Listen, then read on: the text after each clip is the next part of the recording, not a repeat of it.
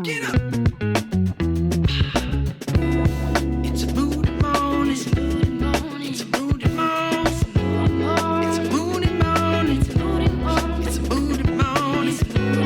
It's a Moody morning. Better get up on it. Hey, it's a Moody morning. Don't let your mornings be moody. Let them be moody. Well, hello, boys and girls. It's me, Dr. Moody, and welcome back to our podcast, Moody Mornings, where we have exactly what you need for your Moody Mornings.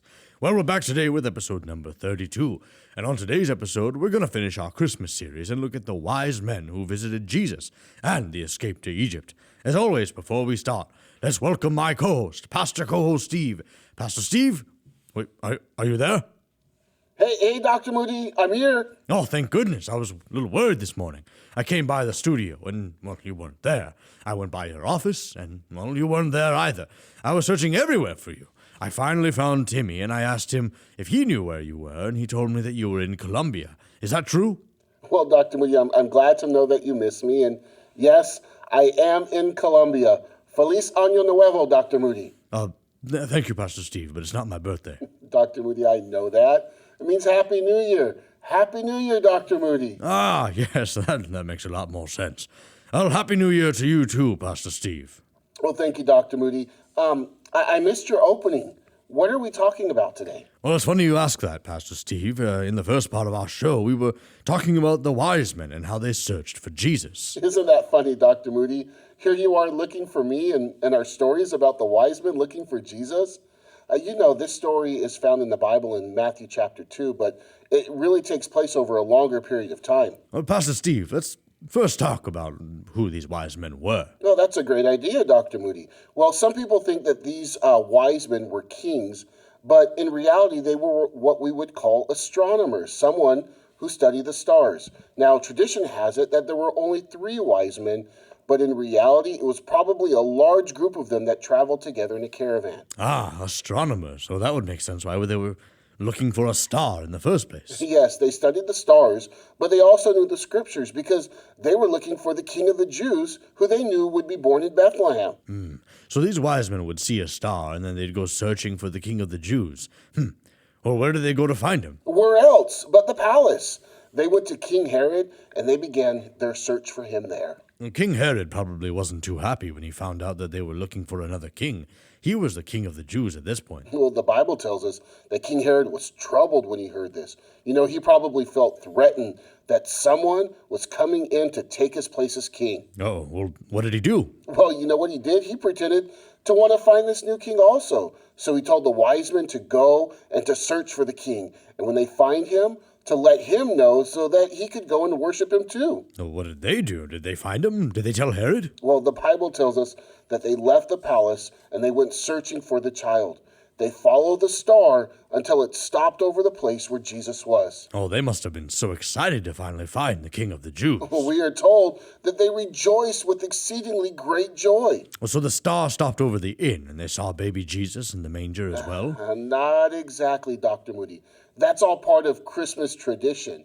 Realistically, the wise men would not have seen Jesus until he was almost 2 years old. Oh. They didn't arrive to the manger where it's shown in our nativity sets, but to a house where Joseph and Mary and the baby Jesus were staying. Well, that must have been a really long journey for them then. It was, Dr. Moody. Well, the moment finally came when they got to go into the house. Well, what do you think they did, Dr. Moody? Well, I imagine that they went in and they saw him and they said, "Aw, what a cute baby." I'm sure that came up, Dr. Moody. But that's not all they did. They did way more than that. The Bible tells us that they fell down and they worshiped him. They presented him with some amazing gifts. Oh, I know this one. They gave him gold and frankincense and myrrh. Yes, Dr. Moody. And did you know that it was the custom to only bring gifts to royalty or someone of importance? And because the wise men, they believed that Jesus was the king of the Jews, they brought these gifts to honor him. And without knowing, the gifts they all gave symbolize an aspect of Jesus' life. That's correct, Dr. Moody. I'm very impressed with your knowledge of this story. Did you know, Dr. Moody, that the gold here speaks of royalty, Jesus being king of the Jews? The incense speaks of his divinity, God the Son. And the myrrh speaks of his death, which was the reason that Jesus came. Do you remember, Dr. Moody, what happened to the wise men after their visit with Jesus? Of course I do. They had a dream, and they were warned not to go back to King Herod. So they went another way all the way back home. They did, Dr. Moody. Absolutely correct. Now, in the second half of our show, we're going to take a look at the warning that Joseph received and his response to King Herod. So stay tuned, Dr. Moody. We three kings of Orient are, bearing gifts we traverse afar. Field and fountain, moor and mountain, following yonder star. Oh, here we go. Star of wonder, star of night, star with royal beauty bright. Westward leading, still proceeding, guide us to thy perfect light. Guide us to thy perfect light.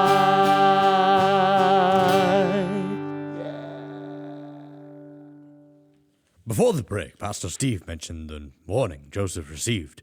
Let's dig a little deeper into the message and the messenger. That's right, Dr. Moody. Let's get back to Matthew chapter 2. Here we have the wise men just leaving, and Joseph goes to sleep one night, and guess what, Dr. Moody? He has a dream. I wonder what he dreamed about. So much has happened in his life over the last year or so. I wouldn't be surprised at this point if it was, again, something from the Lord. You're absolutely right again, Dr. Moody. Wow, you are blowing me away today. 2 for 2. Well, during his dream, Joseph's dream, he received another message from the angel of the Lord. A messenger is someone who brought news to many people, such as Zacharias and Mary and Joseph, the shepherds, and even the wise men. Yes, now, in this dream, the angel told Joseph to take Jesus and Mary and flee to Egypt, a place where they would be able to find refuge, because now Herod would be looking to destroy Jesus. Now, when Joseph heard this, he woke up, and the Bible tells us that he immediately got Jesus and Mary, and they all left to Egypt. Wow, talk about obedience. There was no sign of hesitation with Joseph. He put into practice what we should all do, obey. He was a doer and not just a hearer, just like we learned in the book of James, right, Pastor Steve? Yes, Dr. Moody. Now, Joseph and Mary and Jesus, they all remained in Egypt until Herod died. And this fulfilled another prophecy during the life of Jesus. In Hosea chapter 11 and verse 1, it says, "When Israel was a child, I loved him, and out of Egypt I called my son." This here was referring to Jesus. Pastor Steve, did Herod ever find out about the wise men taking a different direction to go home? Yes, Dr. Moody, he did. And when he found out, he was very angry. He was angry that he was deceived by the wise men. He figured that the child, Jesus, who the wise men went to find, now would be somewhere in his kingdom, and that he would probably be younger than 2 years old. So you know what he did? He told his soldiers to go and to find all of the male children under 2 and have them put to death. What? He really did that? Oh, he must have been a very mean and cruel person. I can't even imagine what that must have been like for all those families who suffered through that. Herod was mean and cruel. He was a very evil man, and God would eventually deal with him for all of the things that he had done. The Bible tells us that there was lamenting and weeping and great mourning. It was a very sad time for many families. Eventually, Herod died, and after he did, the angel of the Lord again appeared to Joseph in a dream and told him now it was safe for him to take Jesus and Mary back to Israel. Dr. Moody, what do you think Joseph did at this time? Well, he probably trusted and obeyed the things that he was told to do. Absolutely. He did obey, and he went back to Israel. And wouldn't you know it, during this time, Joseph had another dream. Well, what did the angel say this time? Actually, it wasn't the angel that appeared to Joseph in this dream. It wasn't. Well, then who was it? The Bible tells us that it was God who warned Joseph this time. He told Joseph not to return to Judea, but instead to go down to the region of Galilee. And he ended up living in a city called Nazareth, and this here fulfilled another prophecy regarding Jesus. Well, it seems like Joseph was a man who only moved when God told him to. Yes, now he went from Nazareth to Bethlehem because of the census, from Bethlehem to Egypt because of Herod, and from Egypt all the way back to Nazareth where Jesus was raised. And this here is where Jesus would spend his life for the next 30 years until his earthly ministry began. Wow, this Christmas series has covered so much, Pastor Steve. We started out with the prophecies of the birth of Jesus, which went all the way back to the book of Genesis, where God promised to deliver it for his people. Yes, Dr. Moody. Then we looked at all of the men and women who were part of the family line of Jesus. Everyone from Abraham all the way to Joseph. Oh, do I have to read all the names again? Not this time, Dr. Moody. Okay. What else did we learn about in this Christmas series? The messengers. The angel's visit to Zacharias, who was married to Elizabeth. Then the angel's visit to both Mary and Joseph. The angel delivered the news about the babies who would be born. Yes, John the Baptist and Jesus. We then spent time talking about Mary and her visit with Elizabeth and the birth of John the Baptist, Jesus' cousin, who would prepare the way of the Lord. Then the reason why we celebrate Christmas finally came. Jesus was born. We talked about God being in control of everything, from Joseph and Mary having to go to Bethlehem to baby Jesus being born in a stable and laid in a manger. We also talked about the many people who had the privilege to see baby Jesus and to share the good news. Just like we're supposed to.